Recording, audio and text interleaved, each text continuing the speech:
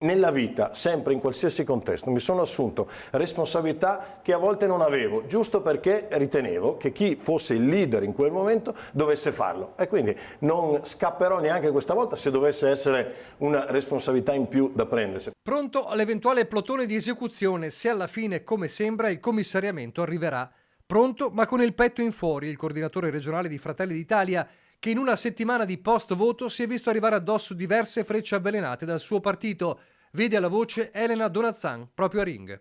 Io credo che ci siano conseguenze per forza. Abbiamo disatteso le aspettative. E allora De Carlo parla, ribadendo ciò che aveva detto a caldo subito dopo il voto, che i meloniani non avessero il candidato governatore, decisione presa peraltro a Roma, e nemmeno un governatore uscente come Zaia capace di far registrare cifre che nessuno, a partire dagli analisti, si attendeva di questa portata. L'unico forse, qui c'è una pecca sì, di aver suggerito io alla Lega in tempi non sospetti e aver detto se avessi un fuoriclasse come Luca Zaia io lo schiererei capolista in tutte le province, ma era nella natura delle cose, era una cosa naturale. E, sottolinea, nessuno pare ricordare i dati positivi per Fratelli d'Italia, a partire dai voti. Sono raddoppiati rispetto al 2020, quasi raddopieremo il numero degli eletti, con un accordo fatto prima delle elezioni aumenteremo la nostra rappresentanza in giunta. Potevamo fare meglio? Tutti possiamo sempre fare meglio, però se guardiamo l'incidenza delle preferenze,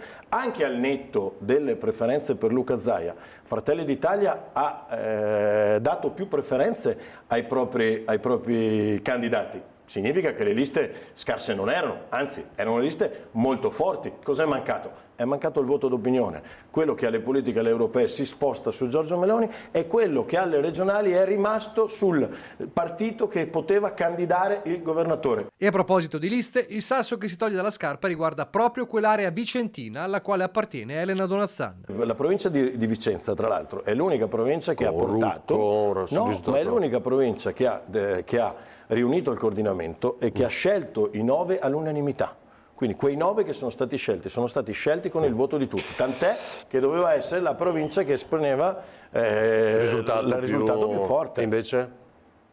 No, invece mi pare che sia in linea con il risultato regionale. Basteranno le analisi a evitare la resa dei conti? E credo che a pochi interessi il destino della leadership di Fratelli d'Italia, tranne a chi magari ha in qualche maniera un interesse diretto. Di ricoprirla al suo posto. Io invece, siccome sono abituato a non giudicare, ma soprattutto un'altra cosa che io non farò mai, né sotto né sopra. La cultura dello scaricabarile non fa parte della mia cultura.